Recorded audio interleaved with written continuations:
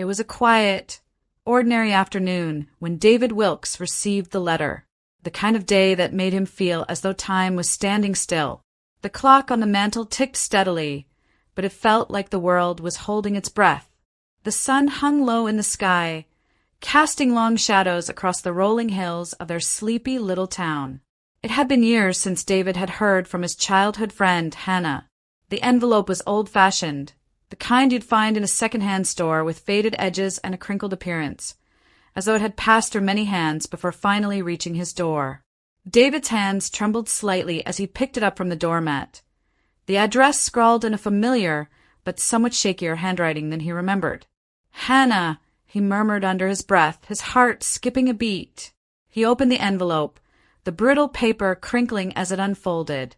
Inside, there was no greeting, just a hastily written note that left David's mind spinning.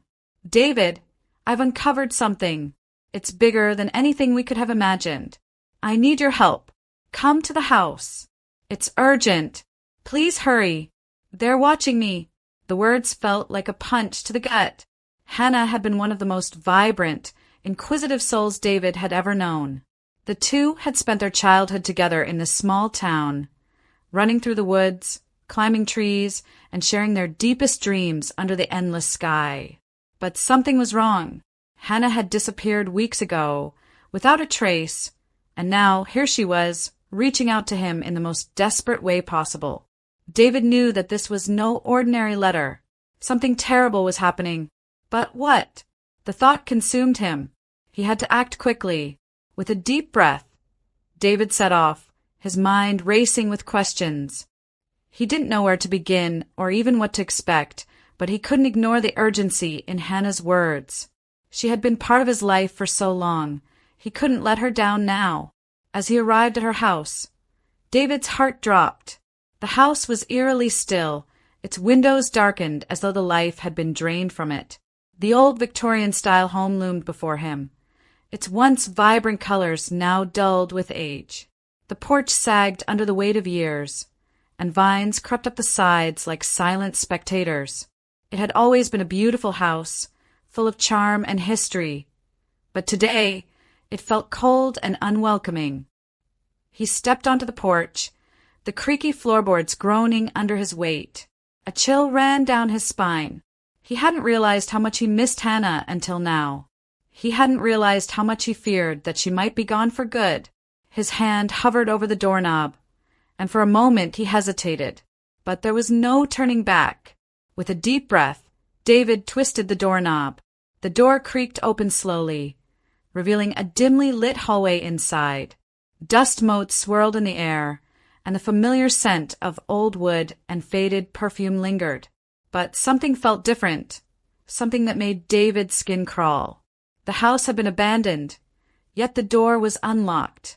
It was almost as if someone had left in a hurry, not even bothering to close it behind them. Duke, his loyal dog, padded silently beside him. The golden retriever had been by David's side for years, always a faithful companion, always ready for an adventure. But even Duke seemed uneasy, his tail low and his eyes darting around the dimly lit room. He sniffed the air, his ears perked, and then gave a soft, worried growl. David's heart tightened. "There's something wrong here, isn't there, boy?" David whispered to his dog. Duke didn't answer, but his stance told David all he needed to know. They were no longer just on a simple errand. They were on the cusp of something far more dangerous. David stepped into the house, the floorboards creaking underfoot as he slowly made his way toward the living room. The house felt empty, hollow, and yet there was a palpable sense of presence, as though someone, or something, was still lurking in the shadows. His footsteps echoed unnervingly in the silence. The living room was just as he remembered it. Furniture covered in white sheets, the old rocking chair in the corner, and the familiar mantelpiece. But everything was coated in a layer of dust, as though time itself had stood still here. The windows were covered in heavy curtains, blocking out any light, making the room feel more like a tomb than a home. David scanned a room, his eyes narrowing as he noticed something out of place. A small table, once neat and tidy, now had papers scattered across it. He walked over to it and began sifting through the documents. Most were old receipts, forgotten bills, and faded photographs of the two of them as children. But then his fingers brushed against something different, something far more significant. It was a small wooden box. David's heart skipped a beat as he lifted the box from the table. It was delicate, carved with intricate patterns he didn't recognize. As he turned it over in his hands, he realized that it was heavier than it looked, as though it contained something precious, something hidden. He could almost feel the weight of the secrets inside. Just then, a rustling sound came from behind him. He spun around, but there was no one there. The hair on the back of his neck stood on end, and Duke barked once, sharply. "Stay close, boy," David muttered, his pulse quickening. There was no time to waste. He couldn't let fear paralyze him now. David opened the wooden box slowly. Inside, he found yellowed letters and old photographs. He picked up the first letter and unfolded it carefully. It was written in Hannah's familiar handwriting, though the words seemed hurried, almost frantic. "David, I don't know how much longer I can keep this from you. There's something going on in this town. Something that no one will talk about. I'm scared. They're watching me. Father Michael is hiding something terrible, and I fear that I've uncovered too much. I don't know who to trust anymore. Please, I need your help. I'm running out of time." David's mind raced as he read the letter. Father Michael? The priest? David had known him all his life. A kind, compassionate man who had always been a fixture in the community. But Hannah's words cast him in a different light. What had she uncovered? What could the priest possibly be hiding? David's thoughts were interrupted by a soft bark from Duke. The dog was standing by the window, staring out into the yard, hackles raised. David turned to look, but saw nothing unusual. The yard was empty, the fading light casting long shadows across the grass. But David couldn't shake the feeling that they weren't alone. He turned his attention back to the box. As he carefully examined the photos inside, one caught his eye. A picture of Hannah with Father Michael, taken years ago at a village festival. They were standing close together, both smiling, but there was something about the way Hannah was looking at the camera, something that didn't sit right. It was almost as if she was forcing a smile, hiding something behind her eyes. But what? David set the photograph down and began flipping through the remaining letters. Each one was more cryptic than the last. Hannah had uncovered something, and now it was clear. It wasn't just about Father Michael. There was something bigger, something that could shake the very foundation of their small town. Suddenly, the room felt colder. A draft seemed to sweep through the house, carrying with it the faint scent of something burning.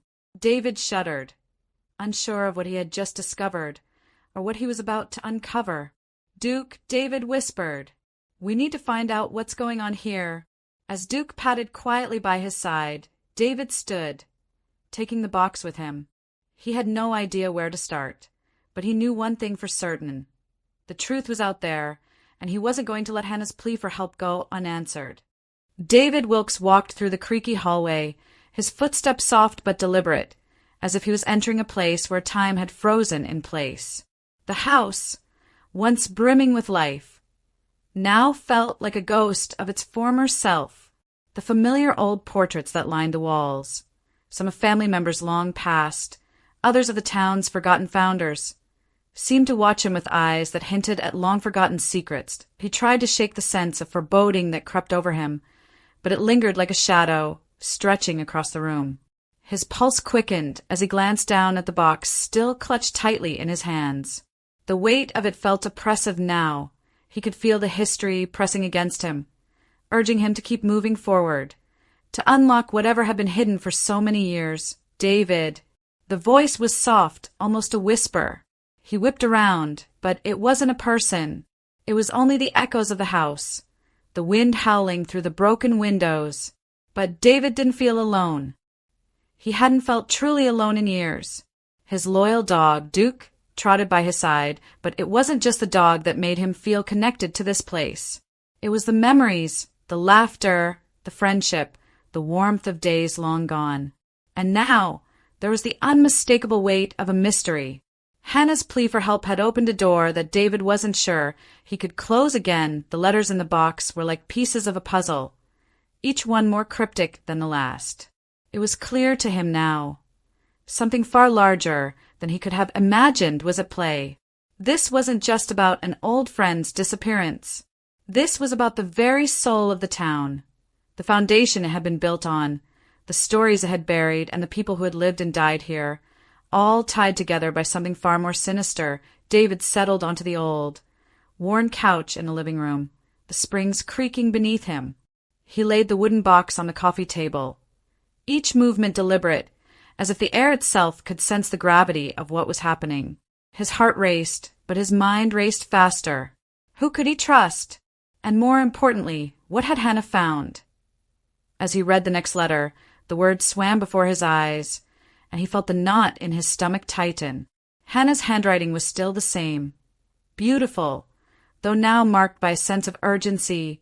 David, the more I uncover, the more I realize that this town is hiding something much darker than we could have imagined.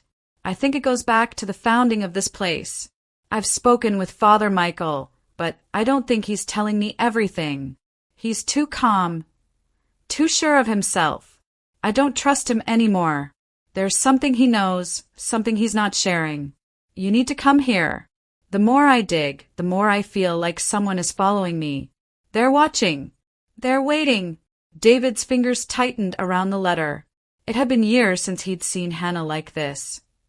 Full of purpose, driven by a fear he couldn't ignore.